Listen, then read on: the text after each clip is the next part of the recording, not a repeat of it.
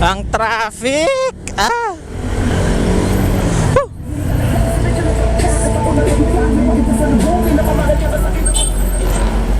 Ang traffic, potak.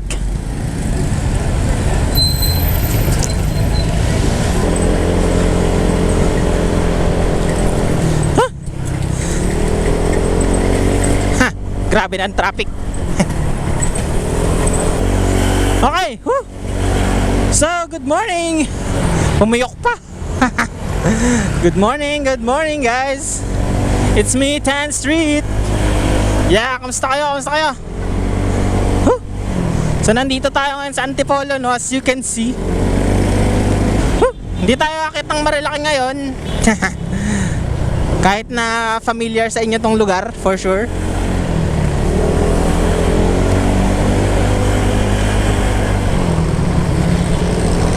Meron tayong bagong adventure na gagawin today. Yeah. At first time ko to nagagawin. At medyo exciting syempre. Syempre lahat ng first time exciting. Anyway, samahan nyo ako ngayon dahil tayo ngayon ay mag-off-road. Off-road kasama si Airblade eh, no? Hanap yung traffic dito pag gantong oras. Sakit sa banks.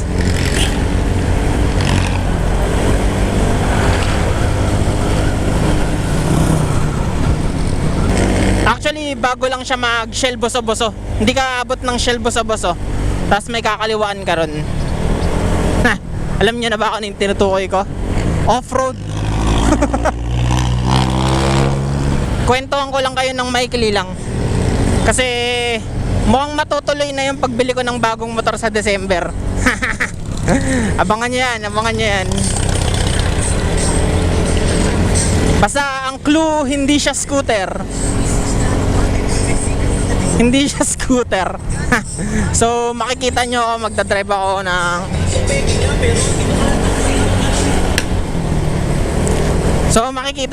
nagdadrive ako ng manual, no?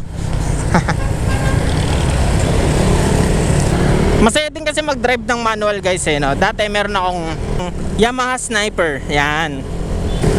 Noong mga panahon na yon, first time kong mag-drive ng manual yun.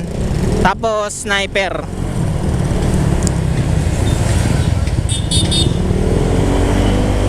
Pero masaya naman yun. Nagamay ko naman kung paano mag-cambio-cambio. Kasi dito sa scooter napakadali lang eh. Pegain mo lang, bibigay niya na yung puwersa eh. Uy. Pero sabi nila mas safe daw kasi yung manual na motor kasi controlled mo yung speed niya.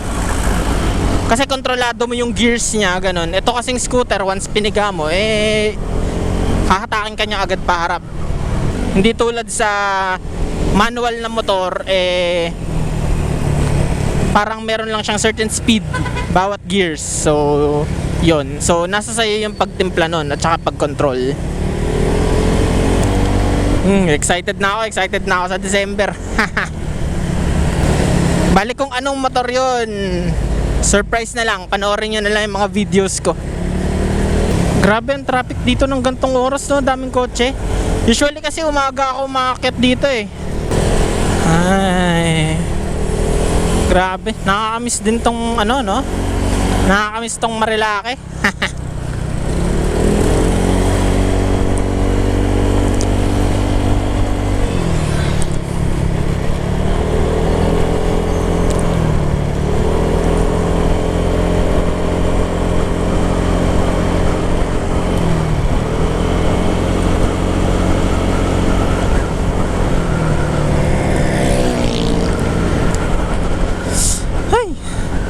So ito na naman ako, hindi ko na naman mabubuo yung Marilaki kasi meron tayong pupuntang iba. Ay. Ano kayang meron doon? Kasi syempre sabihin ko na sa inyo, hindi Airblade gamit ko pang off-road. Kasi hindi, ewan ko kung pwede pang off-road to eh, no? Alam ko yung ADV pwede kasi parang adventure bike type siya eh. Pero ito kasi more on city riding tong Airblade eh. So okay, masyado na lang mahaba yung dada ko rito, no? Di pa tayo nakapag-intro. Sige, habang maraming kotse sa harap ko, Intro na muna tayo. 3, 2, 1. Pasok!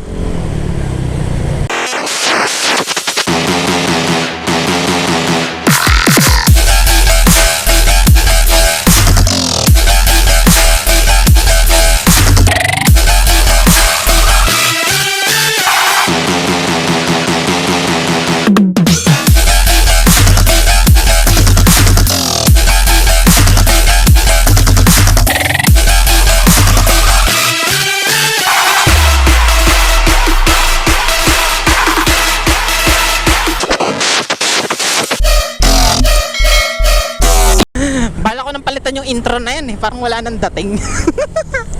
Anyway. So eto, medyo maluwag na yung daan.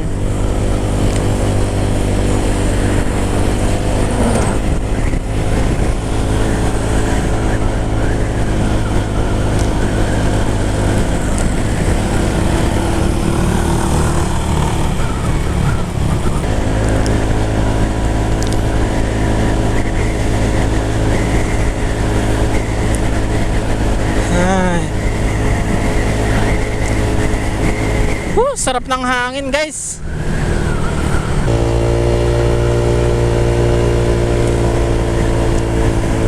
Okay, so dito na natin tatapusin. Hindi na natin idediretso doon. Kakaliwa na tayo rito. Parang gusto kong dumiretso ah. Pero hindi, dito tayo. So yun guys, medyo malapit na ako doon. Excited na me. Off ko na muna tong camera, tapos on ko na lang pagdating doon. Off-road adventure. Off-road adventure tayo today. Yeah. Off ko muna yung cam. Later.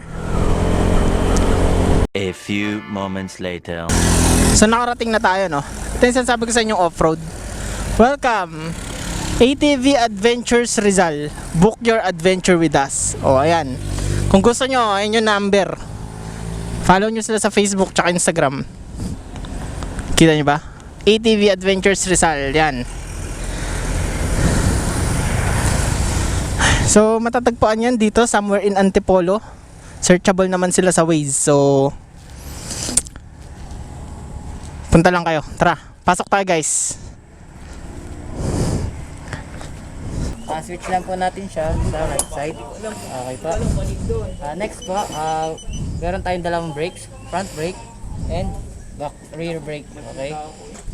Next, ito po yung starter niya. Ito po. Ang ibang starter po natin, andito po yung starter. Kung starter po tayo, hold the brake. Para sa ano lang po, katulad po sa scooter. Okay po. Next po, ito po yung gas po natin. Hindi po siya katulad sa motor na Hindi siya ganon. thumb throttle po siya. Kasi sa pag hand throttle po, hindi po safe kasi pwede po siyang mabirit.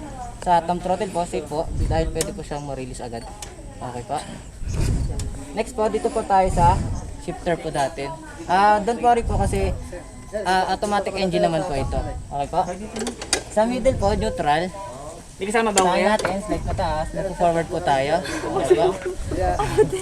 Ma'am? Wala po. Okay po.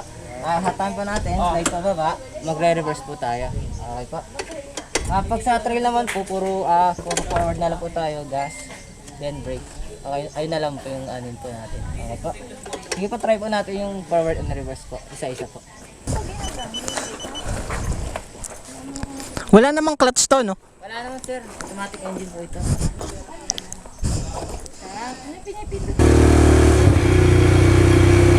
Forward pa.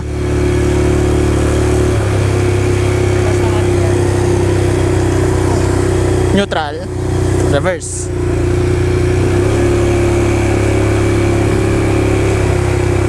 Okay, so ito yung mga unit na gagamitin, oh. So napansin ko, CF Moto. Ayan, maker ng mga NK400 ganyan. Tapos 400cc din to. Galing, di ba? Yan yung ATV, oh. CF Moto. Parang na, para ako nasa big bike, oh.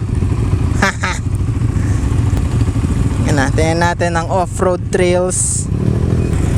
Okay, so turo ko lang sa inyo yung turo ko lang sa inyo yung dashboard niya, no? So yan yung odometer.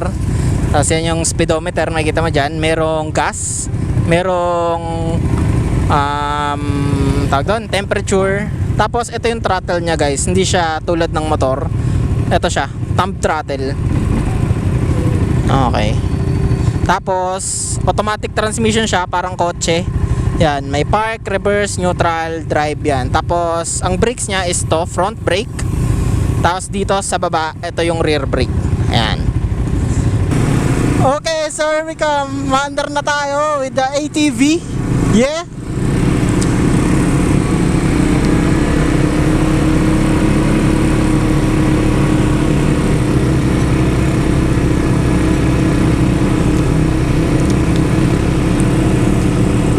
So itong ATV na to ay gawa ni CF Moto. 400cc din siya. So para ako sipin ko na lang nagdadrive ako ng NK400 ngayon. So we're going to the trail.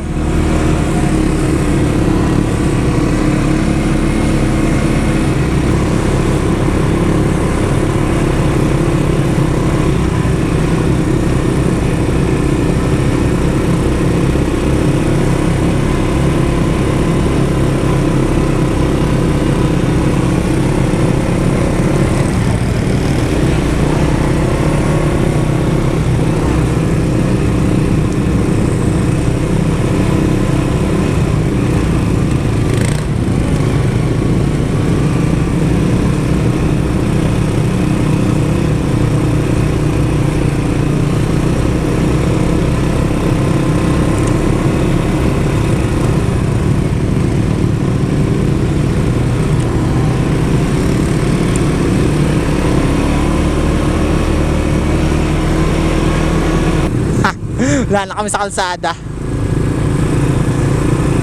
At puro lupa na lang nakikita ko tsaka pato.